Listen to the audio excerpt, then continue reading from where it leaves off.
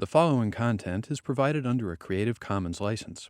Your support will help MIT OpenCourseware continue to offer high-quality educational resources for free. To make a donation or view additional materials from hundreds of MIT courses, visit MIT OpenCourseware at ocw.mit.edu. So we're going to cover hashing next time. Now we're going to focus on PSET 3 because I heard PSET 3 is hard. So we're going to look at the code and try to understand it. I tried to make it easy. I really tried. Okay, so how many people recognize the code? Does this look familiar? 1, 2, 3. Everyone else got stuck on question 1? Okay, so I'm not going to give you the answers to the PSET. We're going to look at the code and understand what it does, because once you understand what it does, you can understand how to modify it. All right, before I do that, any questions? And I might not answer them right away, but I'll keep them in mind while I go through the code. Are there any specific pain points? Event types. Okay. Yep, covered in 5 minutes. Yeah.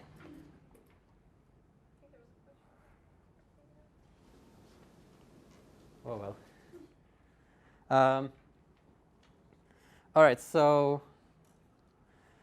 the first thing that I want to talk about is sweep line algorithms. So we're asking you to implement a sweep line algorithm, and we're giving you one that is horribly inefficient. So suppose you have some line segments that look like this. Sorry, drawing isn't. Okay. So they look like this. And suppose you want to find the intersections between them. Let's figure out what the algorithm that we gave you does. Did people look at the trace for that? So not the good trace, the trace that's output by the algorithm that we gave you. Does anyone understand what that does?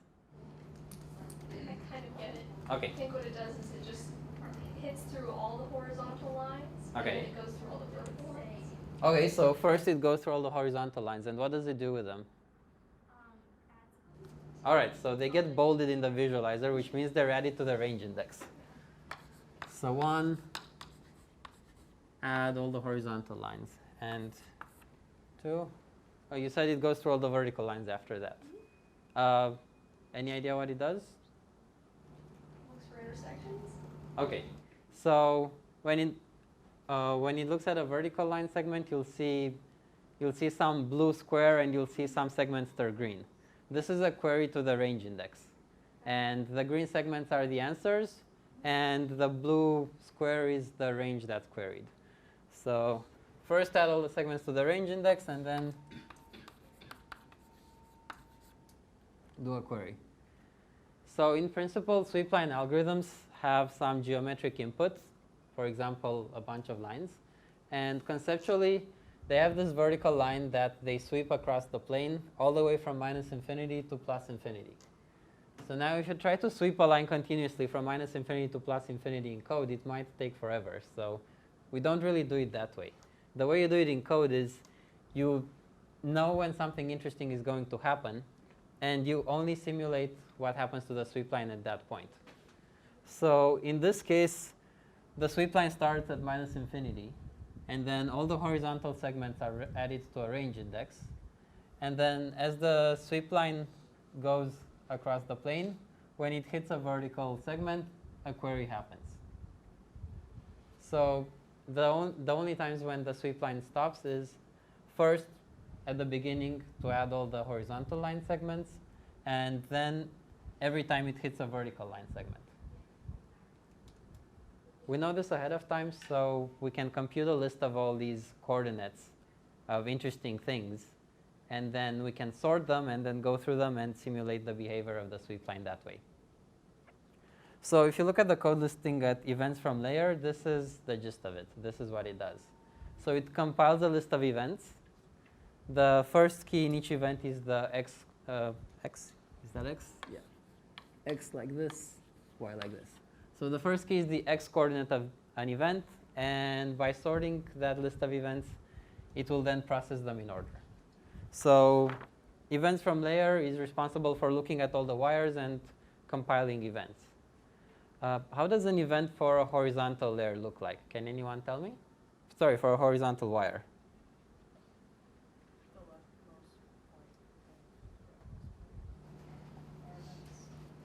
Okay, so first off, it looks like a list, right? It's a regular Python list. And I will try to call it vector so that we don't confuse it with a big list of all the events. So you said the first thing is the leftmost point, right? So if this segment, for example, starts at minus 100, this one starts at minus 95, this one starts at minus 90, and this one starts at minus 50, by the way, not to scale, then the leftmost point is minus 100, right? So this is the first element in the vector. And that's computed on line 4, where it goes through all the segments, looks at all the x-coordinates, and chooses the minimum. OK, what's the next thing in the vector? We don't have to understand y. We'll go through y in a bit. I'm just interested in what? 0. 0. Excellent. All right, after that, there's wire ID. So each wire gets a unique ID. That's a number between 0 and the number of wires. So say this is 1, 2, 3. This is going to be 1. And then I have the string add. And then I have the actual wire object. All right, what does the vector look like for a query event? So sorry, what does it look like for a vertical wire? Giving away some of the answer. Bad, bad, bad. All right, vertical wire. Look at the code and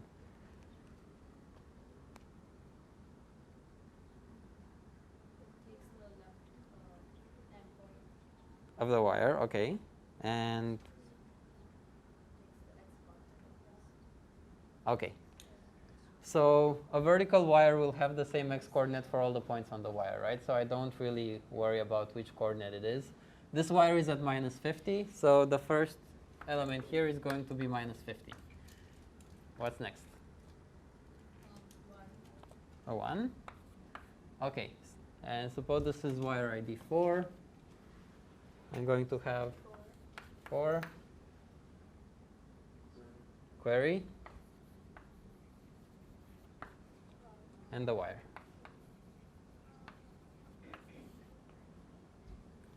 All right, so what happens with these in the init method, which is not shown in the code listing, is after the list is put together, sort is called on it. So these are all compared and then reordered to be sorted according to some ordering relationship. Does anyone know what the ordering relationship is for Python lists? Yeah. It starts from the first, like the 0, and then the list. Okay. Sort, and it's the same as the next one. Okay, so say if I have 1, 2, 3, and 1, 3, 2. Sorry, and 2, 1, 2. So it's going to look at the first element, and if they're different, then the one with the smaller element is smaller. So 1, 2, 3 as a vector, sorry, as a list, is smaller than 2, 1, 2 as a list.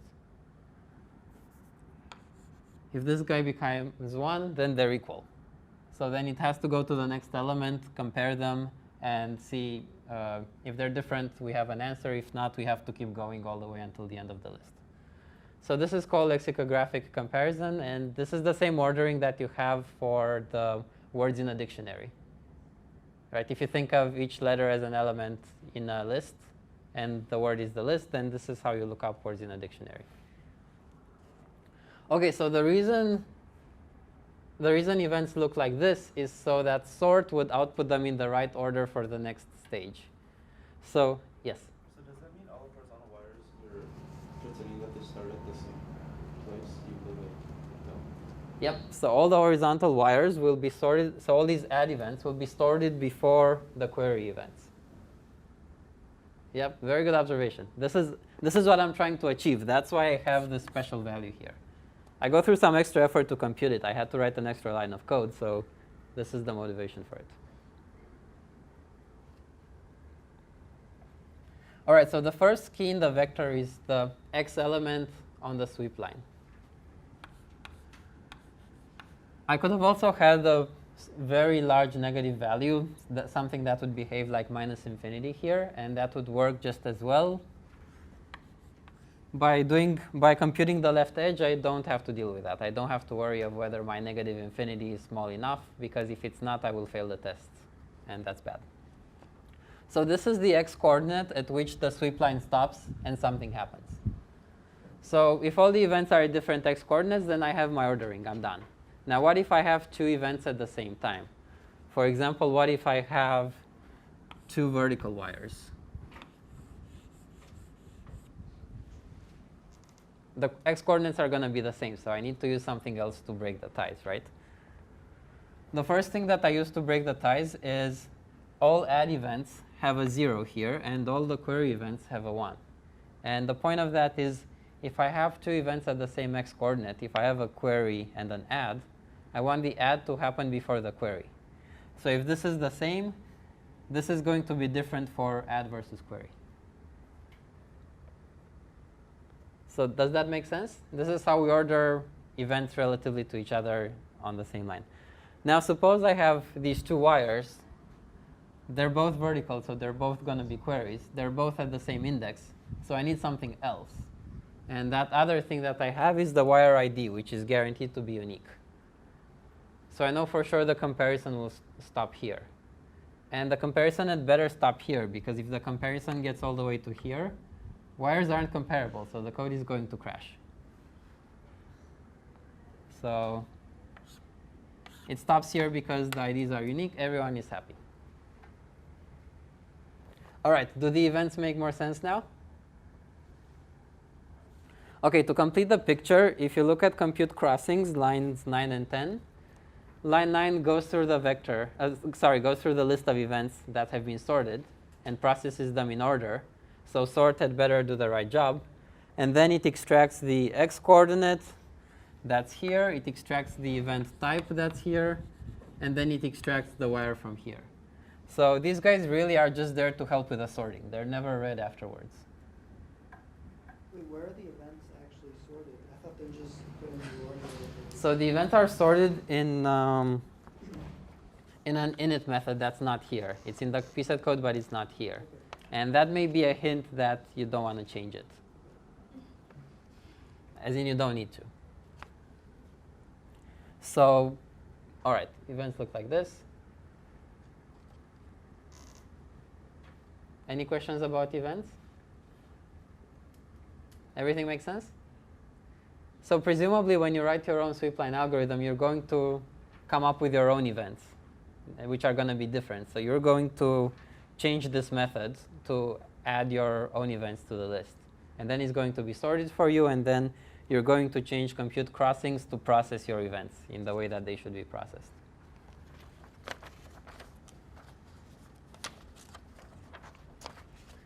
OK, let's look at the range index. What do we store in a range index?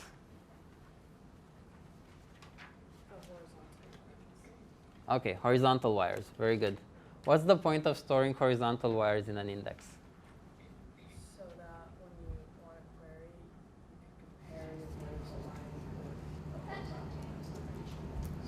horizontal. OK, so for the algorithm that we gave you, how does a query look like? Suppose I have this wire here, and I'm doing a query for it. Oh, it just asks to like relist the horizontal wires that are between that y. So between this guy's top and this Yeah. guy's bottom, right? Yeah. So a query would look like this. Yeah. Basically, all the horizontal wires that have their y coordinate between this guy and this guy. Now, if I have a wire that's way up here or way down here, I know for sure that it's not going to intersect this wire, right? So I don't care about it. So the range index helps me eliminate some wires. Now, will the range index eliminate all the wires that don't intersect with this wire? No. Okay. Why not? Well, in this code, it doesn't. Okay. Yeah, in this code it doesn't. So we're only talking about this code. I'm not talking about the solution code that you guys have to implement. Oh, it doesn't because it never removes the horizontal wires. Okay. So how about what's an example of a query that would give me more wires than that would give me some wires that don't intersect my wire? Oh, like if So- they're in between the Y lines, but they're but they're not actually Okay. So you mean Yeah. right? An So angle of infinity to infinity on the x-axis will give you a bunch of wires, and not many of them will intersect with your vertical wire. If the end before the vertical wire or begin after the vertical wire, then they don't intersect. okay. So I understood. So I understood this because it matches what I draw. I didn't understand the minus infinity plus infinity. Well, if you think about the x-axis on the bottom, if you go from all the way on the left to all the way on the right, you're going to get a whole bunch of wires that are short. That So one wire that. So you're talking about one wire that's like that, or if many? you're grabbing from your range index. So the range index. The range index has horizontal wires in it. Right.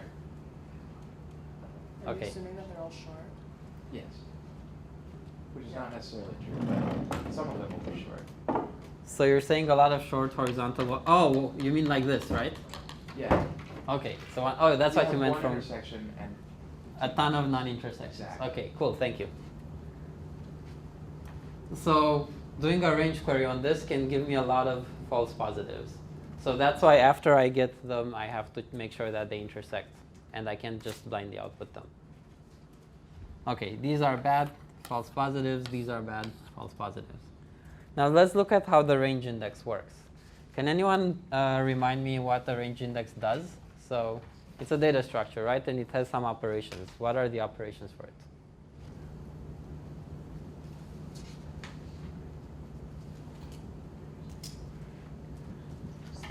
It returns everything between two values in the list.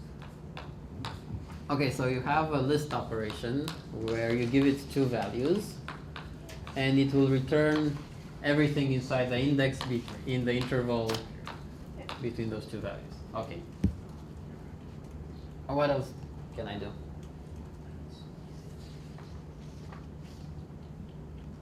can also tell you how many, well, I guess, yeah, it returns those keys and how many there are. Okay, I have count, and you said that I have some wires in, sorry, I have some things in the index, right? How do I get them in there? So these are queries, I need updates. Yeah, add and remove.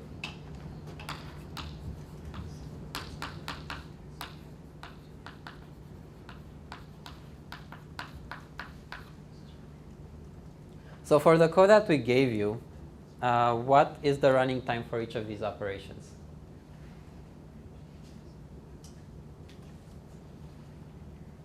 Well, it would be, I think, constant add and remove. Okay, so add calls append, right? So that is constant. I will agree there.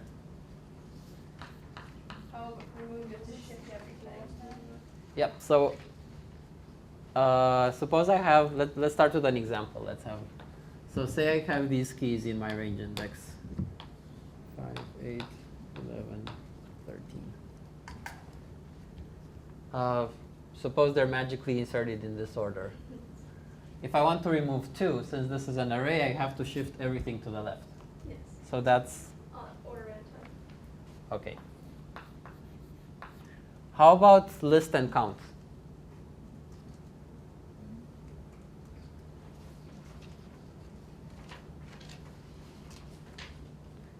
So what's the running time for count? How does count work? count goes through all of the keys. Okay, so count goes So through it everything has to and be order n. cool. So count goes through all the keys, evaluates the predicate that checks whether they're in the range, and then it adds up 1 to the sum for the right ones. How about list? Also order n. Okay, so that's a list comprehension. The code is a bit tricky, but it pretty much does the same thing. It goes through the list and it puts all the keys that are in the interval into a new list. Okay, so now let's look at another version on the next page of a range index that is slightly better. What's the rep invariant for this? How is it different from the first one? Sorted array, very good. So the keys look exactly like this, right? Okay. What is the running time for, let's start with add and remove. What's the running time for add and remove? N order N. Okay, why is it order n? No, order log N. Why is it order log n? Because you can, if it's sorted, you can look in the middle. I mean, like, you do a binary search. Okay, so I can do a binary search in order to find out where I insert something, right? But what if I want to insert 0 in this? Is it log n plus like order n? Does that make sense? Because you have to shift all of the Yep. consequent. Yeah. So worst case, if I have to insert 0 here, I have to shift everything to the right to make room for it. Right? So your first instinct was good. Order n. And question? No more? Okay, cool. How about remove?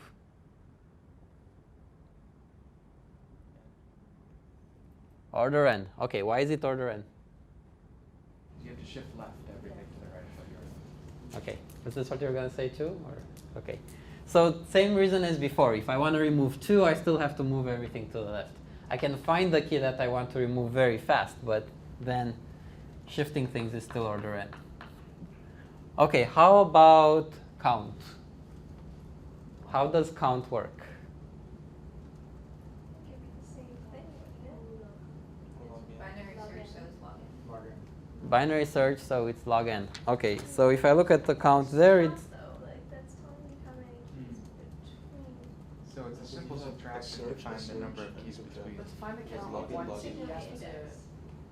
so count calls binary search twice, and then it does a arithmetic operation. Yes. We log in because, like, with the count from the range index, that's all then because you have to actually search through it. The binary search, you have 2 login operations, and then you just do a subtract. Yep, thank you, very good. So this is log n because of good old binary search. How about list? I think you're thinking ahead of list. So how about list? You have to list every single thing in the tree. To get the values, you might potentially have to iterate through it. Log N plus the length of the list. Yeah. I was gonna do a nice long analysis, and there's the answer. Log n plus, suppose you return I values from the list, I. So why does this matter? If I have a range query from -infinity to +infinity, I have to create a new list, copy all these keys in, and return that. So that's order n. So I can't just say it's log n.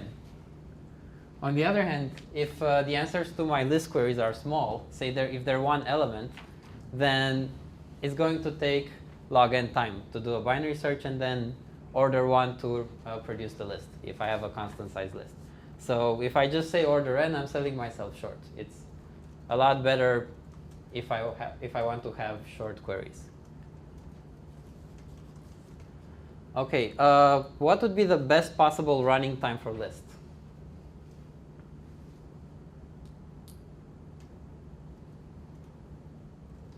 So if I had a magic algorithm that works as fast as possible, would I be able to run in order 1 time?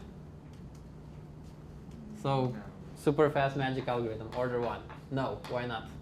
Because you still have to find L and H in your array. So suppose I have some other data structure, super magical data structure. So you can do searches in order 1 time, is what you're saying. Well, you still have to But get there's the nothing about contents that. of it, Yep. what you're listing. So it would have to be ordered. Yeah, what were you? Okay, so even if I have a super magical data structure where I can do everything that I want inside in order 1 time, then when I produce the output, I still have to write the output. Oh, right. So this thing is going to be omega of I, and I can't possibly do any better than that. So no matter what running time you have for a list, it has to include this I. Unless your running time is order n, in which case I is smaller or equal to n. Okay, does this look right to you? So there is a small bug in this code. What if I do count of 411? So binary search returns if there's a key there, it will give me the position of that key. And if there's no key, it will tell me where I should insert the key if the key doesn't exist in the array. So if this is my array, then the positions are 0, 1, 2, 3, 4, 5. So count of 411 would do a binary search of 11 and see 4, and then it would do a binary search for 4 and return 2, right? Because if I want to insert 4, I would have to put it here and then shift everything to the right. And 4 minus 2 is 2, therefore it's broken. Off by 1 block. Off by 1 block, right? Well, the interesting thing about it is that I had this code. We actually shipped this code between Saturday morning and Sunday evening, and it passed all the tests. So as we go to the next section, keep in mind that this is broken, but it would still pass the test for our problem. And we'll see why in a bit. So count of 411. So it finds 11 and it says that it will return 5, right? For 4. the run. Oh. So binary search, if it finds the key, it returns the position of the key. Okay, so it will return 4 for that index. Okay. And for 4, will it return 2? Yep, because it tells me where to insert it. Okay. Then it says 3 measurements, or will it count them? Well, it says 4 minus 2, right? The last line is high index minus low index. Oh, and that's wrong. So you have Yep. to- So are you saying that it tells you where to insert it as opposed to actually inserting it? Yeah, so binary search doesn't insert the element. Okay. It just tells me this is where you'd put it. And then if you look at add inserts it right there. So that's why binary search is done that way, so that would work. Can I ask a style question? Sure. The underscore before binary search, is that like saying private? Yep. Okay. Wait, what is private? So private means that it's not part of the public interface of the class. So if I give you, like if we're in a team and we're working on something, if I mark a method as private, that means if you use my class, you're not supposed to call it. Because I might change its name, I might delete it completely, I can do anything I want to it. But if the method is public, so add, remove, list, and count, those are the API or the public interface of the class. So I guarantee that as long as the blit range index class exists, it's going to have an add, a remove, a list, and a count that will behave exactly in that way. So once you have a class with public methods, you're not supposed to change them because other people might depend on them and that will make people unhappy.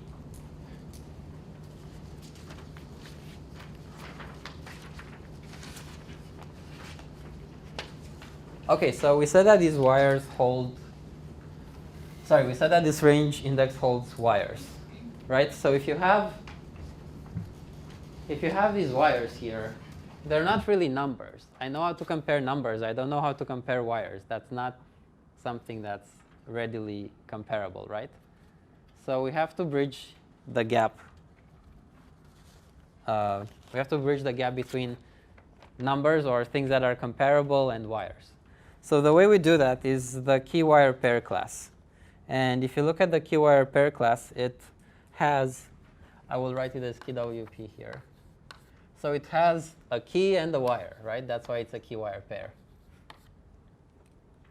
And if you look at the comparison methods, lines 11 through 26, but if you look at 11 through 13, pretty much everything else is the same, then comparisons are done in a certain way. So the first criterion is the key. So if you have two key wire pairs that have different keys, then the one with the bigger key wins. Now, if they have the same key, then this field called wire ID is used to break ties. Right? So first key and then wire ID. What's the wire ID set to? And where? Where would you set a field in a nice class? In the constructor. Very good. So where is it set? Line number? Line 10. OK, so the wire ID uses the same object IDs that we had earlier. So each wire has a unique ID that's between 0 and the number of wires. OK, so this works when I insert my wires into the index. What's the key for wires, by the way? Where are wires inserted into the index in the algorithm that we have, and what's the key? So the algorithm that we gave you. Yes? The which one? I couldn't hear you well. The y coordinate. The y coordinate. OK. Can you tell me which line? So the intuition is very good. You want the wires to be keyed by the y coordinate so that when you do a range query between this guy and this guy, you get these wires. So that's the intuition. Now, what's the code?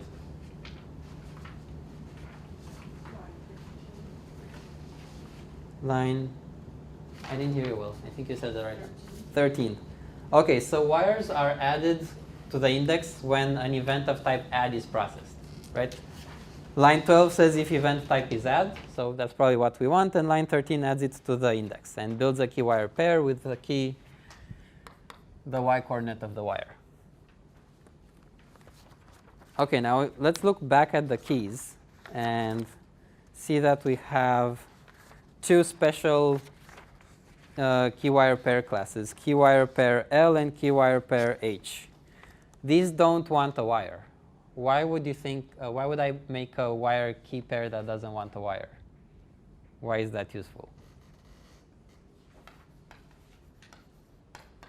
You have the minimum and maximum wire IDs. OK, so very good observation. So the wire ID for the low key pair looks like minus infinity, and the one for the high key pair looks like plus infinity, as long as I don't have more than 1 billion wires. OK, what do these things not have?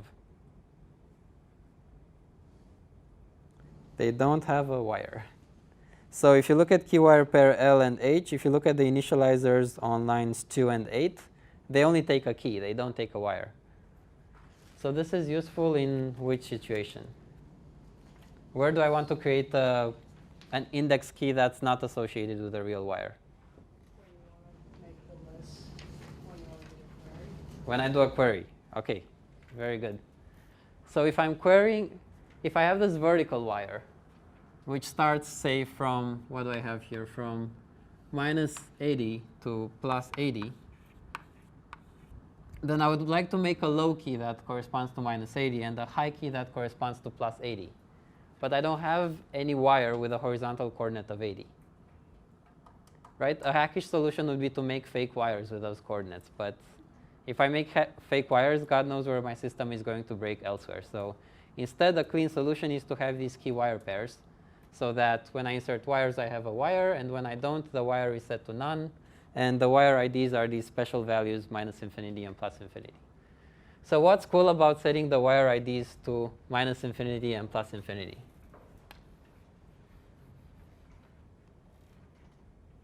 It's so that if you have a wire at, like, if you call key wire pair L for 80, you have a wire ID, this wire ID is a negative infinity, so it's going to take that wire also, because this wire ID is less than the wire ID of the wire that could be there. All right. Do like less than Yep, cool. So if I have a real key wire pair, and it has a wire whose coordinate is 80, this is going to be bigger than a key wire pair L with coordinate 80, and it's going to be smaller than a key wire pair H with coordinate 80. So if you do a query using this and this, it's going to grab all the wires with coordinate 80.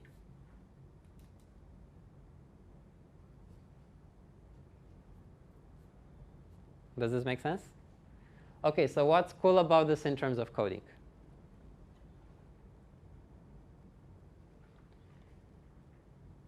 Do I have equal keys in my range index?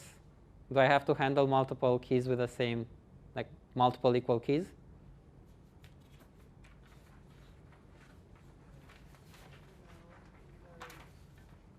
Oh, actually, in this case, yes.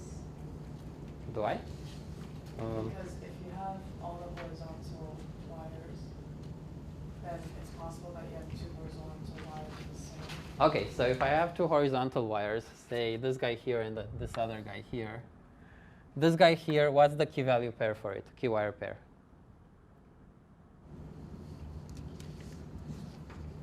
So say the coordinate is minus 95 and the wire ID is 2. The key wire pair is, the key is minus 95 and the wire ID is 2, right? Yeah. And then for this other wire, suppose the wire ID is 10, the coordinate is going to be minus 95 and then the wire ID is going to be 10. So how are they going to compare? Then that one's less than that one. Yep. So even though I have two wires with the same y coordinate, so the key as far as the algorithm is concerned is the same, in the implementation the keys are artificially different because I introduce an artificial ordering on the wires using that wire ID. So in which case would I have the same key inserted in my index twice?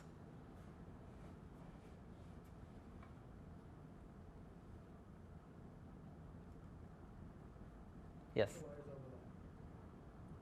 So like visually, the wires are on top of each other. Okay, so if these two wires overlap, say this guy ends here and this guy ends here, and if I put their keys into the index, they're still different.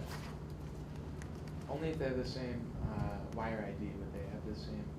Okay, and when do two wires have the same wire ID? One of them is like, Complexity, possibly? I was going to say if one of them is negative infinity. So no, let's assume that the infinities work the right way. Yes? No. Okay, so wire IDs are unique. Right, Every everything wire is the has its same own wire wire. IDs. Wires will never have the same wire ID. So the only case in which you have two equal keys in the index if you insert the same wire twice. Would you ever want to do that? Probably not. You're going to get the same wire twice from the range query, and that's not useful. So when implementing a data structure for the range index, we don't have to deal with equal keys, and that is nice because that's less thinking. Now, when we do a query, will the keys in the query be in the range index?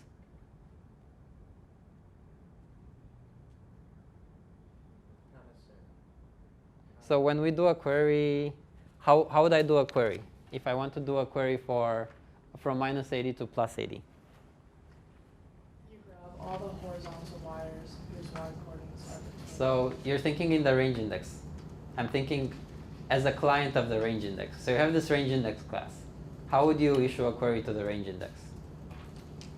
List from L to H. Okay, so I would call the list method. And I thought I'm going to avoid doing that today. So L and H are keys, right? How do I construct my keys? Use y pair left. Okay, key wire pair left of 80.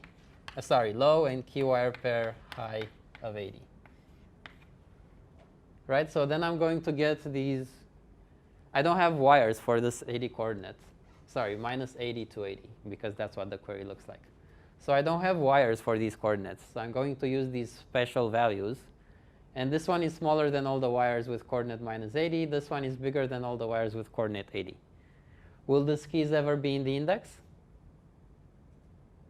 Nope, we're only using them for updates. If you put this in the index, then when you're getting it back and you try to get the wire associated with it, you're going to get none. Your code is going to crash. So if I have a query, will the keys in the query ever be in the index? No. No. So that means fewer border cases to consider when implementing query. So all the keys in the range index are different, and the keys in the query will never be in the range index. Oh, so when you do the count, you know that L and H aren't in your range index. Yep. You have to account for that. Yeah, so in this case, that's why the code didn't fail any test. Because I'm not using numbers, I'm actually using this. So for the number analogy, this is equivalent of when I'm doing count of 411, that would get rewritten as count of 399 and 11.01, and this works. So this is what these two values are doing. Except if you try to do 0.99 and 0.01, that's brittle because you might actually have those keys. All right, does this make sense? Any questions on this part? Nope. Yes? Yes? So is this taking into account that situation where you have a gap in the wires, but you still have a Y value associated and it's going to it? Sorry, say that again? That example right there? Yeah. Like, Oh, so are you worried about the fact that I'll have two equal keys, or are you worried about the fact that these wires are crossing? no, that they're not overlapping. So you have a wire, and then you have a wire coming down, and then you have another wire. Okay. This is not going to account for that. You have to write a better sweep line algorithm. Oh, okay. This, what I'm talking about now, will make your range index faster. Or it makes your range index simpler to implement. Okay. So this is magic behind the scenes that makes your code smaller. You still have to implement a sweep line algorithm that makes sure that when you have a range query, it would either return less false positives or ideally no false positives. And then the code would be faster. But then when you do that, you'll see that it's still slow because the range index that we have here isn't optimal. Why isn't the range index here optimal, by the way? What can I improve about it? Add and remove. Add and remove, okay. So we're using the comparison model because it's convenient to use the comparison model. You have complex objects, you implement those 6 methods that you see in keywire pair, and bam. You can do comparisons, you can use any data structure and algorithm that assume a comparison model. What's the penalty of the comparison model? What's the problem with it? Yes? It'll never be slower than, or never be faster than log n. Yep, so if I want to do a sort, that is n log n. And if I want to do a search, that is theta of what?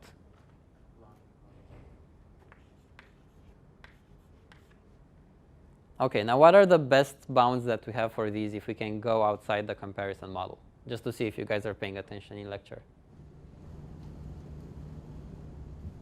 So best running time for sort if we don't have to use the comparison model. N. Okay. Best running time for search if we don't have to use the comparison model. Order 1 with hashing. Can you do any better than that?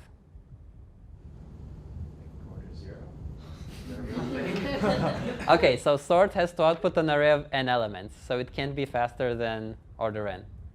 Search has to output yes or no, so it has to output something, so it has to be order 1. So this is as fast as it gets. We're definitely not going to go faster than that. So we have this extra log n factor that we pay if we use the comparison model, if we don't collect more information about our keys. But in return, we have the convenience that all we have to do is establish an ordering relationship. Okay, does it make sense? Cool. Let's try to talk about the list pseudocode, which you might have seen on the pset before. And that's on the last page here. So I can't give you a proof of why it works, but we can work together to figure out how it works, get an intuitive understanding. So let's get the keys here, and let's assume we're using a regular BST for implementing a range index.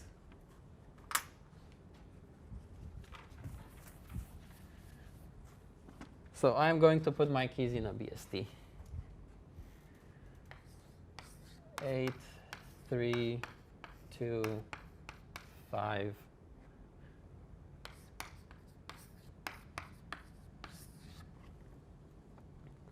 Okay, so list does two things, LCA and no list. right? What's LCA?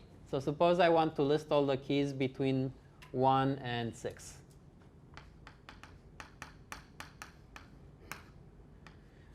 First, I'm going to call LCA and get some answer, and then I'm going to call node list. What's the answer for LCA? 3. Okay, The node at 3 with key value 3. sweet, LCA. What is this? What's LCA? It's okay to give out an answer to a dumb question on the VSET. So LCA is lowest common ancestor. Very good. It's the lowest common ancestor of what? Subtree of values that should be returned by node list. So usually you have 2 nodes in a tree and you want to return the LCA. So if I want to find out the LCA of 2 and 5, that is 3. If I want to find out the LCA of 2 and 13, that's 8. Now if the keys are not in the tree, what does the LCA give me? It's where they would be if they were inserted, right? So 1 would be inserted here, and 6 would be inserted here. And then their LCA is indeed 3. So what does that tell me? Why is that useful? You can cut off a bunch of the rest of the tree, so you don't have to look at them. Okay. To see if A they're bunch good. of or the rest of the tree? Right, the rest of the tree. The rest of the tree. So if 1 is here and 6 is here, then I know that all the keys, so 3 is to the left of 8, so all the keys to the right of 8 are going to be bigger than 6, for example, right? Because 6 is here and it's under 8. So I can throw this away. Now if this would be to the left of something else, because 1 is here, I know that all the keys to the left side of that thing would be smaller than 1. So this subtree has to have all the keys between 1 and 6. Yes? You don't include 8, right? Where do you remove 8? Yep, so we only look at the subtree rooted at LCA. So LCA is passed as an argument to node list. And node list seems to do sort of this is a pre-order traversal. So you look at the key, you look at the left node, at the left subtree, you look at the right subtree. Except there is some magic there, and in some cases it doesn't go and look. Let's see, what would a good case where it doesn't go and look like? Let's get the same tree.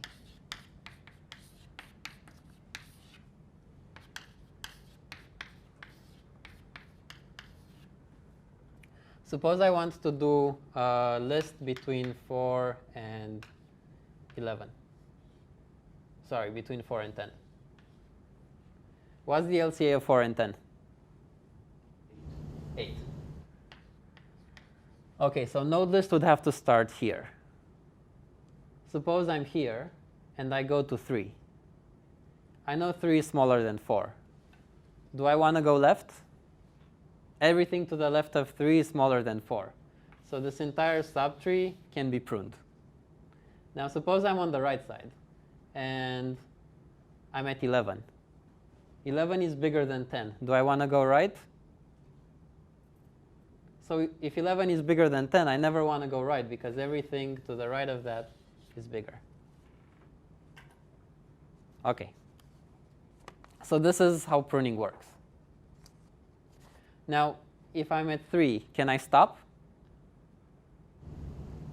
I can't stop and exit completely because on the right side of 3, I might have keys that are bigger than 3 and that are in my interval. And in this example, that seems to be the case.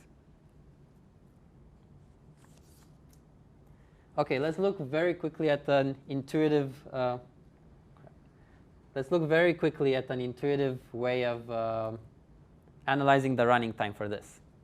So suppose I have my LCA up here, and suppose I go on a path from LCA to L, and then let's not worry about about H. H is somewhere here. The case is going to be symmetric. When I go down the path, would I ever, after I go here, would I ever want to go left? So if this node is before a right turn, then I know that L is going to be bigger than that node, right? So I'm never going to take a left turn. Like this subtree will be pruned, this subtree will be pruned, this subtree will be pruned. Now, if I go right here, what happens? All the nodes here are going to be between L and LCA. LCA is smaller or equal to H, so all these nodes here are guaranteed to be nodes that come out in my list. All right, why am I doing this? So I was saying before that I absolutely have to have an order I, because I have to produce the output list. So if we look at lines 3 and 4, line 4 outputs a key, right? So line 4 is definitely order I. And line 3 is an if condition, so we know for sure that line 4 is only going to execute 4 keys that are between L and H. So this algorithm is going to visit some nodes in the tree. For example, if I have a list of 4 and 10, it's going to visit 8, it's going to visit 3, 5, and 11. And for some of the nodes that are visited, it's going to output them. Right? This guy gets output, and this guy gets output. The nodes that are output are order I. So those are already covered in the I term. And in order to get the running time, what I need to know is how many nodes do I visit that are not part of the output? Because if I end up visiting the entire tree, then that's order n plus I, so order n. But if I only end up visiting a few nodes outside of the output, then that might be a lot better. And here I'm trying to argue that I will only visit a few nodes outside the path. In fact, for every node, I'm going to visit at most the node and the node at its left. And then everything to the right of the path is between L and H, so everything to the right is going to be output. So everything here is in order I, and everything here is visited and not output. And potentially everything on the path as well. So what's the height of a path in a binary search tree? Regular binary search tree. OK, n worst case. So worst case, the height is order n. But we usually call it height because on average, at least, it's log n. So it's somewhere between n and log n. What is the running time for list in a binary search tree? If you buy this argument here, what is the running time?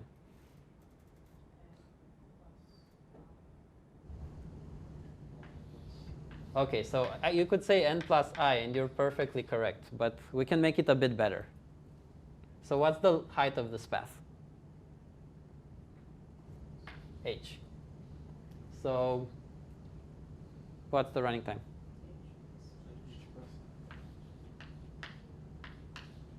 OK, cool. Does this make sense at all? Is this too complicated? That's the running time for what? So this is the running time for list.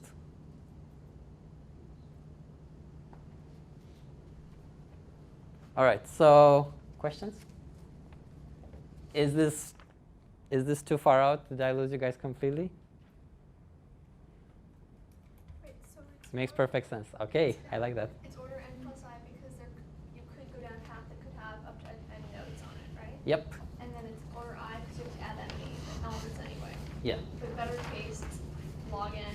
I mean, no, it's order h. So I'm saying that it's a binary Yeah. search tree of height h. Height And if h, oh. h is better than n, then I'm going to do much better than n. So that's why I'm putting that h there. I think it was just a little confusing on that part, but the Yeah. checks make sense because, of course, if that's a smaller node, you're not going to look at the left, and of course you're going to the right. That's bigger than your smallest node, right? Or, so if you go to the right, that means that. So here I know that L is on the left, right? Uh-huh. So L is smaller than this key.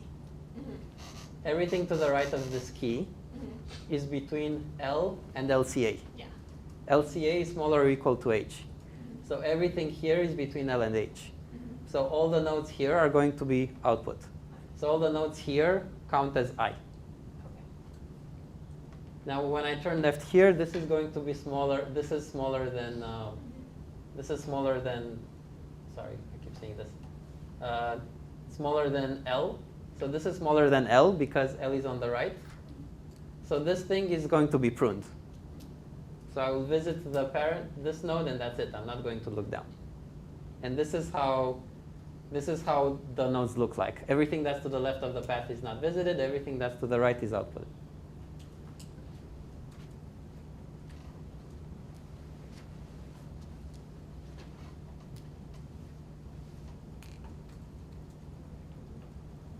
Okay, any more questions? Okay, I hope you get it right on the PISA then. All right, thanks guys.